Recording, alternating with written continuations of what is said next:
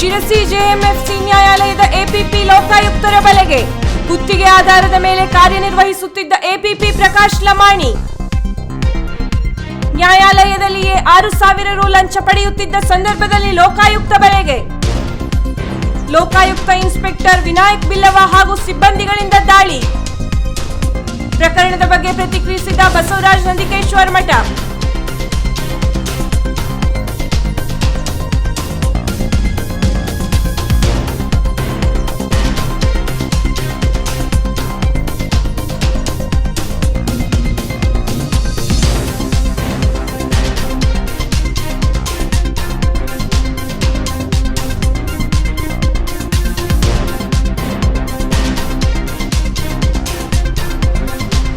ಭಾಳ ಕಲುಷಿತ ಆಗ್ತಾ ಇದೆ ಮತ್ತು ಲಂಚ ಬಹಳ ತಾಂಡವಾಡ್ತಾ ಇದೆ. ಆ ನಿಟ್ಟಿನಲ್ಲಿ ನಮ್ಮ ಶಿರ್ಸಿ ಜೆಎಂಎಫ್ಸಿ ನ್ಯಾಯಾಲಯದ ಎಪಿಪಿ ಆಗಿರ್ತಕ್ಕಂಥ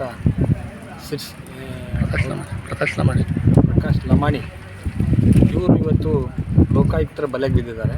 ಕಾರಣ ಇಷ್ಟೇ, ಪವನ್ ಕುಮಾರ್ ಬಿ ನಂದಿಕೇಶ್ವರ ಮಠ ಅಂತ ದಾಸನಗೊಪ್ಪದ ನಮ್ಮ ಮಗ ಹಿಂದೆ ಮೊಬೈಲ್ ಕಳ್ಳರನ್ನು ಹಿಡಿದು ಕೊಟ್ಟಾಗ ಅಲ್ಲಿ ಕೋರ್ಟಲ್ಲಿ ಡಿಪಾಸಿಟ್ ಹಣ 7,000 ಏನೋ ಇದೆ. ಮತ್ತು ನಂತರ ಈ ಸರಿ ಕಳ್ಳರನ್ನು ನಮ್ಮ ಹೊಸ ಮನೆ ಕಟ್ಟುವ ಜಾಗದಲ್ಲಿ ಪಂಪ್ಗಳನ್ನು ಕಳ್ತನ ಮಾಡಿದ್ರು. ಆ ಕಳ್ತನದ ಮುದ್ದೆ ಮಾಲನ್ನು ಬಿಡಿಸ್ಕೊಳ್ಳೋಕ್ಕೆ ಈ ವ್ಯಕ್ತಿ 6,000 ಗಟ್ಟಲೆ ಲಂಚ ಕೇಳಿದ್ದಿದೆ. ಹಾಗಾಗಿ ಈ ವ್ಯಕ್ತಿಯನ್ನು ಇವತ್ತು ಲೋಕಾಯುಕ್ತರ ಬಲೆಗೆ ಬಿಡಿಸುವಲ್ಲಿ ಯಶಸ್ವಿಯಾಗಿದೆ.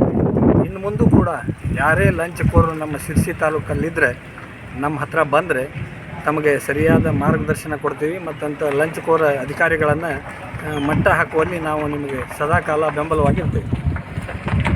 ವೀಕ್ಷಕ ಮಹಾಪ್ರಭುಗಳೇ, ನಮ್ಮ ಚಾನಲ್ ಅನ್ನು ಸಬ್ಸ್ಕ್ರೈಬ್ ಮಾಡಿ, ಶೇರ್ ಮಾಡಿ, ಪ್ರೋತ್ಸಾಹಿಸಿ.